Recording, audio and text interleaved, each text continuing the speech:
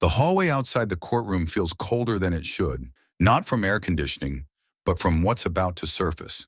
The kind of cold that creeps beneath the skin and settles in the ribs.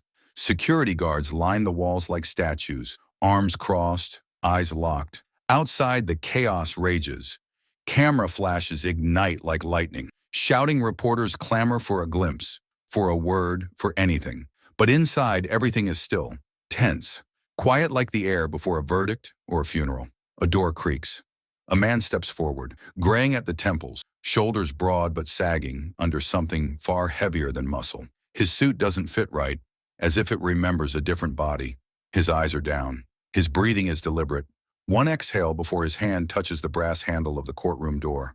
There's no name badge, no folder, no legal team flanking him. He brings nothing with him except time and memory. A few reporters in the gallery tilt their heads but don't speak. They know who he is, not because anyone said it, but because everyone didn't. Diddy's former bodyguard, the man in the background of 100 red carpet photos, the shadow at the back of the mansion, the one who never talked, until now. As he walks down the narrow aisle, he passes her, Kim Porter's sister, seated in the second row, spine straight, hands folded, eyes unmoving. She doesn't flinch, doesn't blink, but something between them lingers.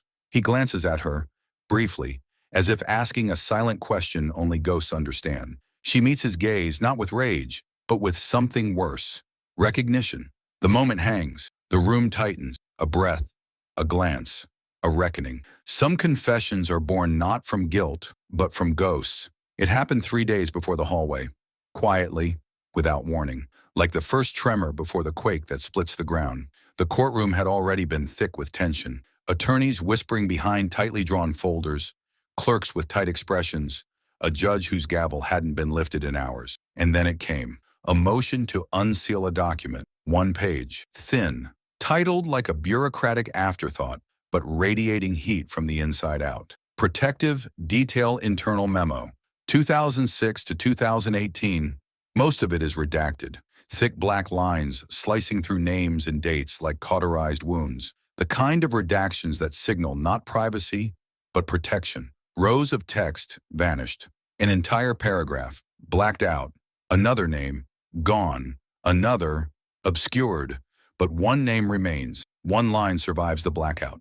Michael Bowe, Daryl, and the room shifts. No gasp, no murmurs. Just a silence that feels louder than any shout. The kind of silence that makes your ears ring. Those who know the name, and there are many, glance up, some with fear, others with a kind of disbelief usually reserved for resurrection. Building the bodyguard, the one who stood like a statue behind Diddy in every club entrance. Every awards show, back hallway, every courtroom hallway before this one. The judge reads it flatly. No emphasis, no emotion. But something cracks anyway. He's summoned, and the reaction is nothing. No applause, no rage, no cry for justice. Just waiting. Because for 12 years, Bo Darrell was always there. Quiet, towering, unavoidable. He knew when to step in and when to vanish. He was muscle, but also memory. And now he was being pulled into the light. Not to be interrogated, but to be witnessed. Outside, the media panics. Word spreads fast, faster than truth usually does. Journalists check phones mid-hearing. Producers sprint from vans. Hashtags begin to flicker to life. Bo knows. The guard speaks. TMZ updates their banner in real time. Inside, though, it stays still. The lawyers don't react. The judge continues. But every eye in the room now flickers just once toward the door. They're not waiting for drama. They're waiting for history. Because everyone knows men like Bo don't speak. So if he's about to, what exactly is about to break? Because sometimes the loudest explosions begin with silence. Beverly Hills, 3:12 a.m. The party's over. At least that's what they'd say. But something in the air says otherwise. Bo stands just outside the double doors of the main hallway, tall, unmoving, one hand resting gently on his waist, where instinct always told him to be ready. His black jacket catches the soft flicker of security lighting, and the mansion behind him is humming, low and strange, like the aftertaste of a song that was once joyful, now spoiled. The door is cracked open. From inside, the faint echo of laughter, then a woman's voice, Kim, light, then louder, then gone. Music cuts abruptly. Silence replaces rhythm like a curtain dropping mid-performance. Then a noise, not a scream, Not a crash, just a shift, a breath gone sideways. Bo doesn't move. Not yet. That was the rule. Wait until you're needed. Never step in before the boss says so. The boss was inside. And the boss didn't like surprises. Then the door opens wider, slow and without sound, like it's embarrassed to interrupt the night. A woman stumbles out, young, dazed, mascara smeared like it had been wiped away mid-cry. One heel missing, the strap of her dress slipping from her shoulder like a question. She looks up at Bo, but not at him. Through him. Her eyes glassy. Her mouth opens, then closes.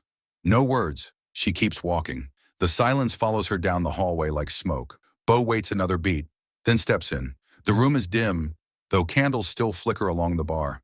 A crystal glass lies shattered on the white carpet. A slow bleed of amber liquid crawling toward the rug's edge. A single silver heel, delicate and misplaced, sits like an abandoned thought beside a tipped-over ottoman. On the couch, Diddy, calm, legs crossed, eyes unreadable. A low bass line still pulses from the surround speakers, but it no longer belongs to music. It sounds like a heartbeat, slowed. He doesn't look at Bo. Doesn't have to. Handle it, he says. 2 words, flat, dismissive, practiced, and Bo does. He starts with the room, moves silently, like a ghost collecting evidence the world will never know existed. The glass, swept, pocketed. The heel placed beneath the chaise lounge. The curtains drawn tighter. The candle flames, pinched. The scent in the air, perfume and something else, clings to his throat like guilt. He doesn't ask questions. He doesn't want answers. That wasn't the job. But one sound stops him mid-step. A sob, muffled, behind the bathroom door. Bo stares at the handle. Doesn't move. Doesn't knock. Instead, he backs away. Slow. Respectful. Not because he's afraid of what's behind the door, but because he already knows. He walks out. Down the hall. Past the woman's heel marks etched into the marble floor. He wraps the house in silence the way others wrap wounds. Tight, sterile, suffocating. A practiced ritual, like sealing a body bag. Like bearing a memory before it's even fully formed. Later, he'll drive Diddy to a hotel suite. Late check-in, alias name, nothing new. No one will speak about it in the car. Not him, not Diddy. Just the wheels turning against the wet asphalt, like a clock counting backward. They'll say the night ended, but Bo knows better. He stands beside the parked SUV, waiting for clearance to leave. The mansion behind him fades into the hillside, a fortress of glitter and ghosts. He catches his reflection in the window, eyes hard, jaw clenched, suit perfect. But inside, something cracks, just slightly. A smell, a glance, that sob behind the door. They don't leave, they haunt. That night never ended. We just kept pretending it did. The internet doesn't scream this time. It stirs. After Bo Darrell's name appears in that unsealed federal document, something strange happened. Not a headline, not a bombshell report, just movement. Subtle, surgical. It begins with an old photo. A resurfaced paparazzi shot from 2011. LAX, night. Rain spotted the tarmac like ink, and flashes caught a man mid-motion. One arm raised like a shield. Cassie's face is half covered by her own hair, the other half shadowed by Bo's broad palm. He's not looking at the cameras. He's looking at her. Something between concern and control. That image, long buried in the archives, gets reposted by an anonymous account with one caption. How many times did he have to do that? Then another. 2016. A parking garage in Beverly Hills, dimly lit, uneven shadows. Kim Porter and Bo, locked in a quiet argument, their postures sharp and wrong. Her arms crossed, face tight, his stance wide, jaw set. They're not yelling, but anyone who's ever seen someone negotiate silence knows what it looks like. The tabloids don't touch it. Not yet. Maybe they remember what happens to people who move too fast in rooms like this. But Twitter hums like a radio catching static from a distant war. Former assistants tweet and lock. No words, just codes. The emoji shorthand passed around in Diddy's orbit for years. Sunglasses for what they saw, lock for what they signed. Other posts follow. If Bo's talking, y'all better find cover. He kept everything. Trust me, the algorithm starts turning. Accounts with no avatars, names like It Whispers, Never Die, and At the Vault 713 begin threading timeline. Paparazzi videos with new captions. Red carpets re-examined. A slowed-down clip from a 2013 party. Bo whispering something in Diddy's ear right before a young woman is escorted out. It's grainy, but in hindsight, nothing feels accidental. TMZ finally bites. Not with commentary, but with surveillance. A short, shaky clip. Bo walking alone into a federal courthouse 2 days before the reveal. No entourage, just him, and a leather-bound journal clutched in his left hand. Weathered, bent at the spine, thick with pages that look like they've waited. No smile, no glance at the camera. Just a man stepping into history like he's done it before. The gossip sites choose poetry this time. A quiet storm is coming. He was the vault. Now he's the leak. No one knows what's in the journal, but everyone pretends they do. Someone posts, "If you ever worked for him, check your NDA and your conscience." It's not hysteria, it's precision. The whispers don't crescendo. They thread, they tangle, they multiply. They settle in places algorithms can't clean. And that's the thing about secrets. They don't arrive with headlines. They arrive like fog. You don't know you're in it until everything looks different. Secrets don't shout, they echo. Her name never trends. Her face never airs. But within 36 hours of Bo's name being unsealed, another door creaks open. Quieter, older, more fragile. Darlene. She enters the courthouse through a side corridor, escorted by two marshals, head lowered beneath a wide, faded hat. She doesn't look like a bombshell witness. She looks like someone who's lived quietly for too long, the kind of person you'd forget in a room unless you needed something. A towel, a secret, a silence. Former housekeeper. 8 years at the Holmby Hills estate. Fired in 2017. No settlement. Just a signed NDA and a hush so deep it seemed to follow her even into sleep. She doesn't testify in open court. The judge orders a sealed chamber. No press, no public, no cameras. But cameras aren't the only ones watching anymore. A leak, small, deliberate, makes its way out. A sketch from the hearing. Just a courtroom artist's charcoal drawing, smuggled to the internet like contraband. Darlene's outline is slumped in the witness chair, back curved, hands folded in her lap, trembling. Her face is blurred by motion, by time, by fear. But the words still ring. She doesn't open with an accusation. She opens with a confession, not hers, but the house's. There were rooms, she says, voice paper thin, that were locked from the outside. Not like a panic room, like they didn't want them to leave. The lawyers glance at each other, tight-lipped, stiff. The judge blinks more than usual. One of the jurors scribbles something and then stops, mid-sentence, as if realizing they don't want to remember it. Darlene keeps going. Not in emotion, in details. The kind you only remember when you've been cleaning up the pieces for years. He never yelled, she says. Not Bo. Never needed to. He was like a silent shadow. If something happened, he was already standing at the door. She mentions burn piles behind the guest house. Metal barrels that smelled like plastic and perfume. Tuesdays and Fridays. Only after parties, she notes. Like clockwork. No one ever asked what was being burned. And if they did, she says with a weak smile, they stopped asking. A name slips. Not Diddy's. Not Kim's. A minor name. A model who disappeared from the social scene in 2014. Darlene doesn't say she was hurt. She just says she cried all night and left without her shoes. She was wearing silver heels, Darlene recalls. The left one had a rhinestone missing. The specificity lands like a hammer. Then she says the thing that makes the room fold inward. Bo knew everything, she whispers, because he had to. That was the job. It's not betrayal. It's something closer to mourning, like saying out loud what should have stayed buried for both their sakes. She doesn't speak ill of him. In fact, she defends him in a way that only deepens the wound. He never talked, but his silence, it was its own language, like he was holding everything together. With just his quiet, the judge leans forward. A subtle movement, but noticeable. The kind that says even the law is listening more closely now. When Darlene finishes, the room doesn't clap. It doesn't sigh. It just tightens, like fabric pulled taut over something jagged. The marshals escort her out. Her footsteps echo. Soft, small, but final. Outside, someone posts the sketch with a single word. Why now? But the answer isn't written. It's felt. Because sometimes the people who spent years cleaning up the mess are the first ones to stop pretending it was ever clean at all. She walks into the courtroom like a whisper, not weak but soft in a way the world forgot how to hear. Mid-30s now, plain black blazer, no makeup.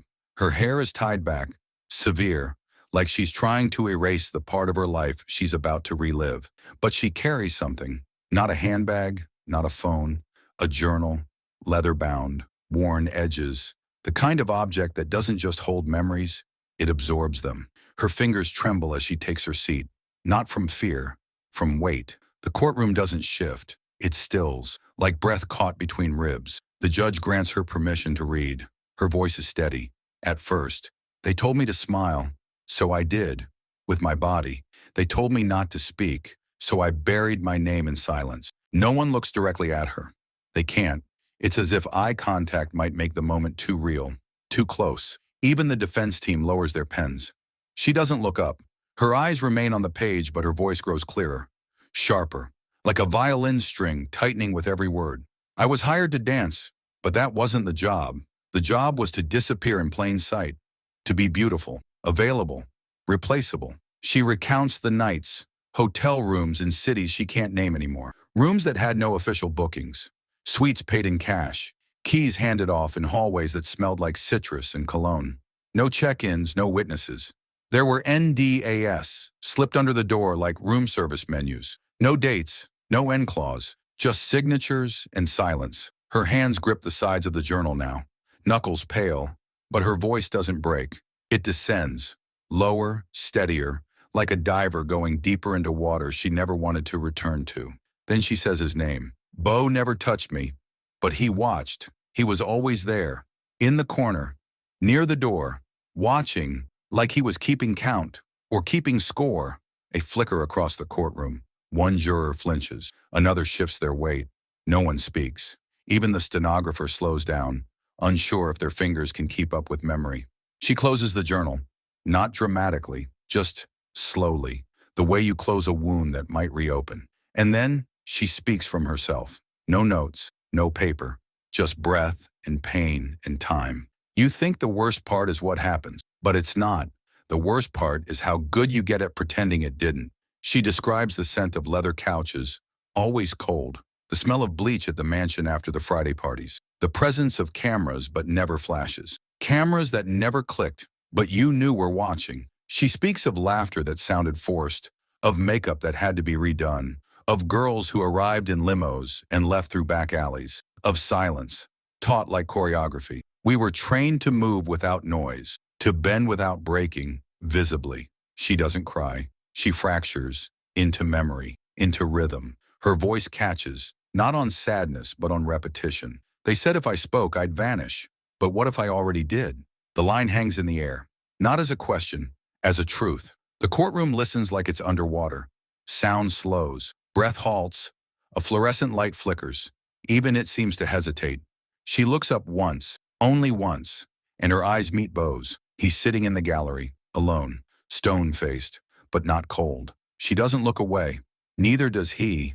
And in that moment, between them, is a decade neither of them ever escaped. I used to think the body forgot, but it remembers. It remembers everything. She nods once, not to the judge, not to the lawyers, but to herself. A gesture of closure, of courage not to be brave, but to endure.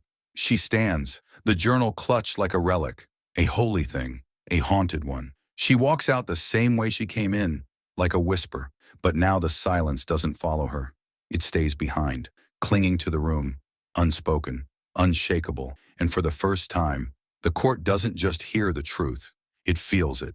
His seat is empty. No public statement, no press release, just an absence that screams louder than any denial. Diddy's chair in court, the one usually positioned squarely between two attorneys, polished with a bottled water at the foot, sits cold, untouched. His lawyer clears his throat. My client is unwell. Under doctor's advisement, he won't be appearing this week. The judge nods, but the courtroom doesn't believe it. Not really, because outside TMZ runs grainy footage of a jet taking off from a private airstrip near Los Angeles. And within hours, seen in Antigua, no context, just a blurry silhouette at a beachfront villa, white linen shirt, dark sunglasses, drink in hand. But the beach doesn't change the tide. Inside the court, the walls are tightening. The motions, rapid, desperate, come like fire alarms. Motions to seal, to delay, to suppress, to strike testimony. Half are denied, a quarter are ignored. The rest seem like paper caught in wind. And Bo's statement, once whispered in sealed testimony, makes it into the public record. All 12 years of it. A document so quiet in tone it's deafening in impact. Dates, locations, orders, moments when he stood guard while others cried. Names not explicitly stated, but alluded to. Patterns drawn not with arrows, but shadows. The press doesn't shout it. They don't need to. It spreads like fog. Even those who never speak start to disappear. Diddy's former driver, the one who used to post reels of Maybach interiors and late-night studio drop-offs, deletes his entire Instagram account. No explanation, no forwarding info, just gone. A music executive, known, respected, always diplomatic, posts a single cryptic line on his Twitter X. We all knew. It stays up for 8 minutes, then disappears. But screenshots last forever. Others begin to lock down, comments turned off, old tweets erased. The quiet distancing of an industry that once called him legend, but now just calls him him. Some try to pivot, to reframe, to recall only the music, the icon, the good years. But even those narratives begin to erode, because it's not just a fall, it's a disintegration, not an empire crumbling, it's evaporating, like smoke from a candle that once lit the whole room. A legacy isn't burning, it's fading. There are no arrests, no mugshots, no handcuffs clinking, just silence. And that silence is spreading through offices, through playlists, through group chats. No one screenshots anymore. Producers send quiet emails. Publicists withdraw. Future deals go dark. And Diddy, he remains unseen. Antigua today, maybe, but gone either way. Not exiled, not canceled, just absent. No one says the word fugitive, not out loud, but the feeling hangs like humidity. What was once a brand, Ciroc, Revolt, Sean John, Bad Boy, now feels like a set of empty jackets hung in a showroom no one visits anymore. The dancers don't speak. The collaborators go quiet. Even his name is said with parentheses now, as if to contain it. Meanwhile, the courtroom keeps going.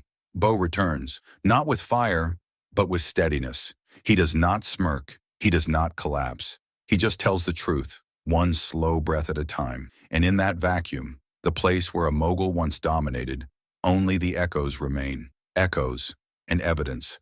It doesn't happen with headlines. It begins with shadows. Cassie, silent since the initial waves broke, reposts a Maya Angelou quote on her Instagram story. Just white text on a black background. There is no greater agony than bearing an untold story inside you. No comment, no tag, no music underneath. 3 hours later, it's gone. But not before screenshots flood X.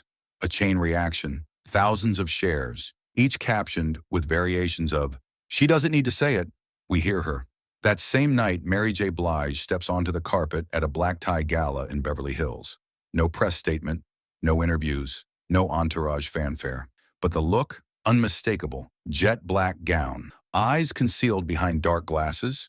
Not oversized, not flashy, just enough to say, "Not today." She walks past photographers without a wave. The only sound is shutters clicking like whispers in a cathedral. There's no caption on her post the next morning. Just the photo.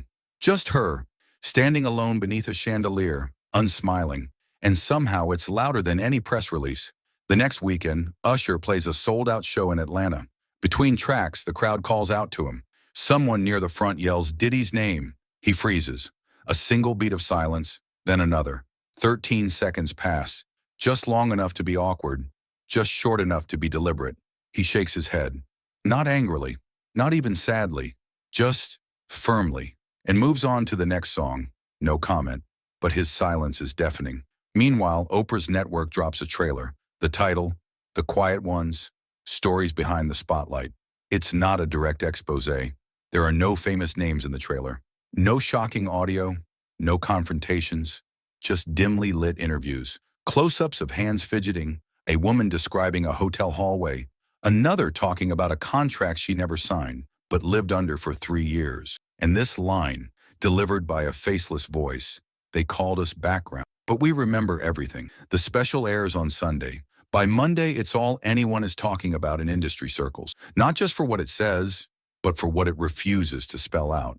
Because no one needs the names anymore. They're implied in the pauses, The timelines, the haircuts, the earrings, the choreography patterns only insiders would know. Back-channel conversations heat up.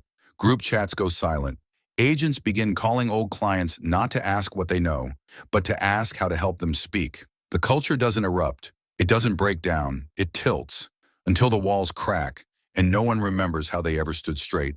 Former choreographers lock their accounts. A designer who once outfitted an entire tour goes live, just long enough to say, "If you knew what I knew, you wouldn't dance to it either," and then ends the stream with tears in her eyes. Spotify quietly removes one ad campaign. A Ciroc influencer partnership expires without notice.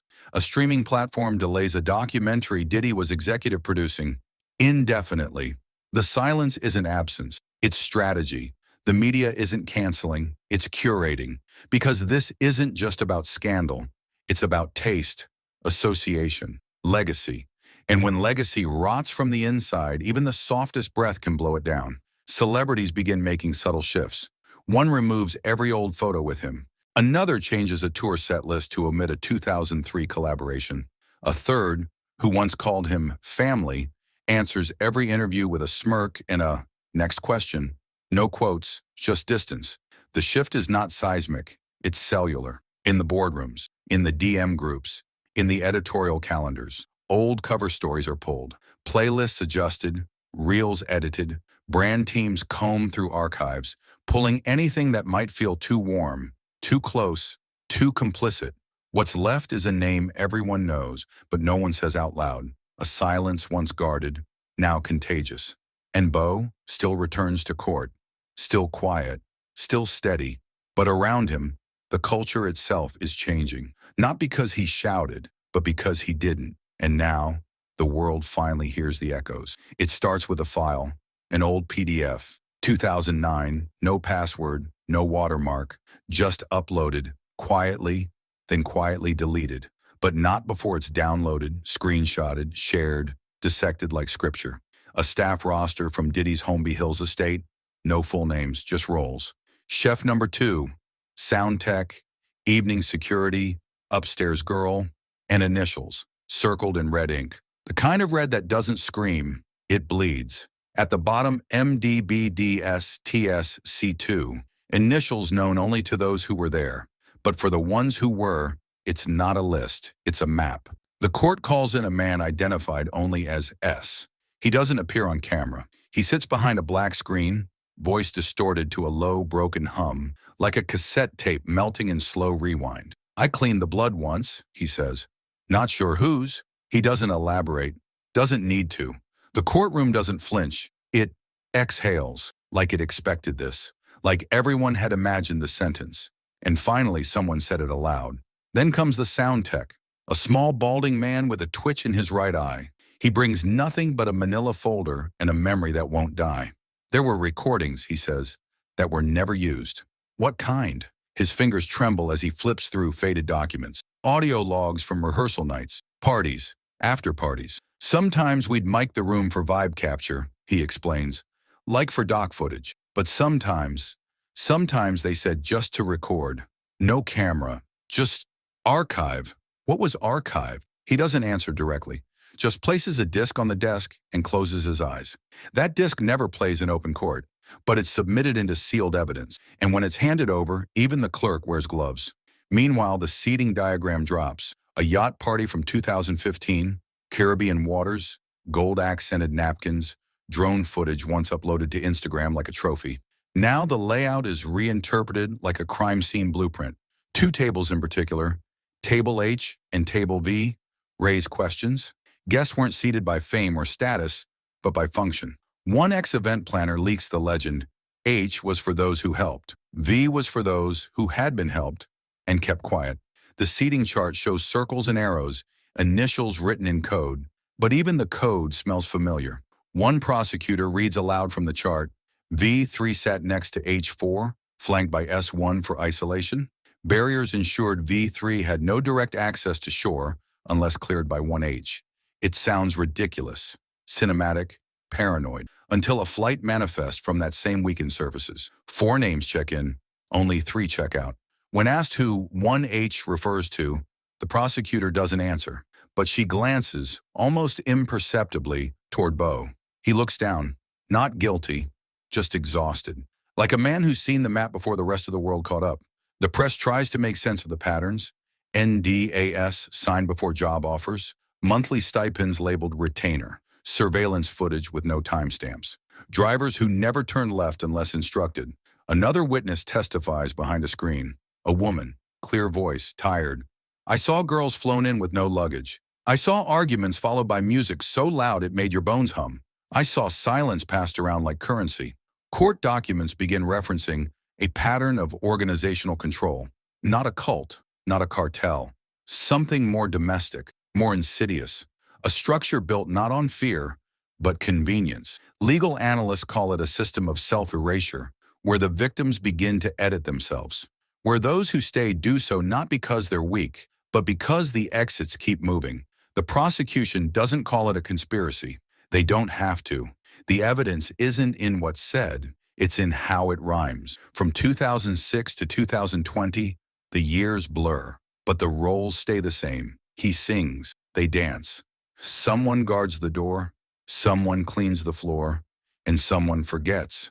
Over and over, like a production, a machine that needed dozens to keep running and hundreds to keep forgetting. One man built the house, the prosecutor says softly, but it took a village to keep the lights off. By now, journalists stop asking if Diddy will appear.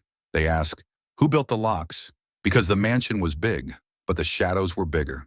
And somewhere in those shadows were drivers, stylists, cleaners, engineers, interns, doormen, choreographers, DJs, florists, nannies, voice coaches, digital assistants, each with a moment, a memory, a sound, a scar, each with just one brick in a palace built on secrets. And now, the palace isn't falling, it's fracturing, silently, systematically, because the trial isn't about one man anymore. It's about how many helped him leave no fingerprints. The leak doesn't come from a reporter. It comes from a paralegal with no face online, no profile, no agenda. Just a Dropbox link sent to 3 inboxes, no subject line, no name.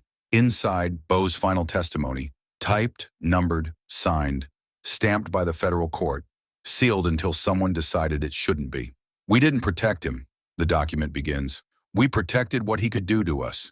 The sentence isn't just a confession, it's a reversal of loyalty, of logic, of the myth, and it spreads like smoke. The PDF finds its way onto Reddit, onto encrypted forums, into celebrity group chats, into the inboxes of executives who once toasted at Diddy's house under imported chandeliers.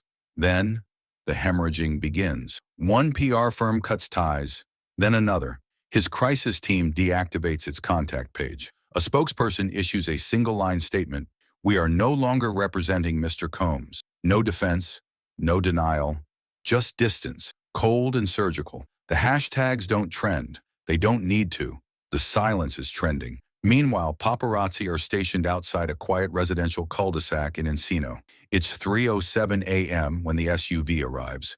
Headlights off. From the porch, she steps out. Kim Porter's sister. Alone. No entourage. No umbrella. She's holding a folder, slim, yellow, taped shut, and she's wearing sunglasses. At night, the photos hit the wire an hour later. TMZ doesn't caption them. Page 6 doesn't watermark. Even the tabloids pull back, because everyone knows what those glasses mean. They weren't for fashion, one tweet says. They were armor. The following day, the Department of Justice holds a quiet briefing. No networks broadcast it. No cameras permitted. A few chairs, one mic. The U.S. attorney, nameless to most, steps forward. She speaks in tones measured like an autopsy. This isn't about celebrity. It's about systems. This isn't about guilt. It's about power and what it demands of the people around it. No names, no charges. Just architecture. The kind that hides rot behind gold-plated walls. At the end of the week, Bo's journal, or what's left of it, leaks.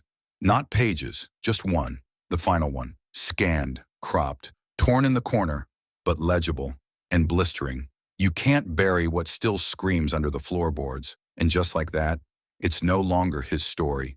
It belongs to every driver who looked away, every dancer who flinched, every assistant who rewrote receipts, every maid who washed sheets and never asked, and every fan who danced to the beat, never hearing the silence it covered. Bo is never seen again. No interviews, no books, no deals. Just vanishes, like the shadow he always was. But the echo he left, it stays.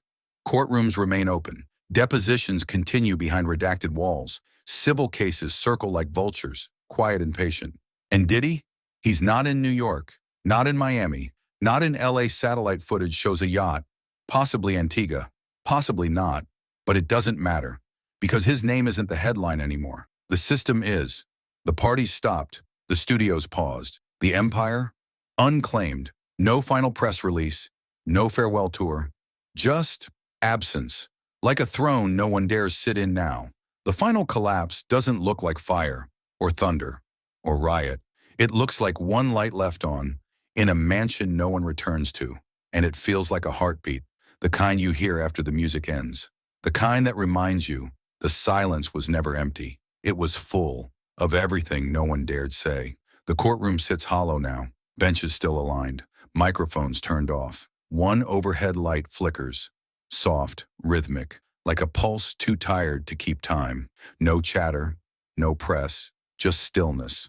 A folder rests at the edge of the witness stand. The seal once marked confidential is torn, but the contents remain untouched, pages slightly curled at the edges, as if time itself is hesitant to read them. Bo never returned. No sightings, no flights logged, no subpoenas answered. Only rumors, a cabin in Montana, a name changed in Georgia, a phone that rings but never answers. But the courtroom holds something of him still. Not presence, weight. Like the air hasn't moved since he spoke. Across the hall, on a paneled wall between two locked doors, hangs a photo, black and white, Kim Porter, framed in soft shadow. It's not official. No plaque, no date, just there. Most don't notice it, except the janitor. He passes it every night. Same mop, same routine. But tonight he pauses. The frame is tilted, slightly, as if the building shifted, or someone brushed it passing by. He straightens it, gently, without sound, and then he steps back, looks at it, not long, not sad, just enough to remember, and then walks on. Outside, the city moves again. Cars hiss on wet pavement, screens glow with newer stories. But inside that hallway, something remains. Not evidence, not justice, but something quieter. A warning that came too late, a name that was never shouted, a silence that never meant safety. Because some stories aren't heard. They're left behind. They live in sealed folders, in unspoken glances, in the heaviness between headlines. And some truths, they don't shatter glass.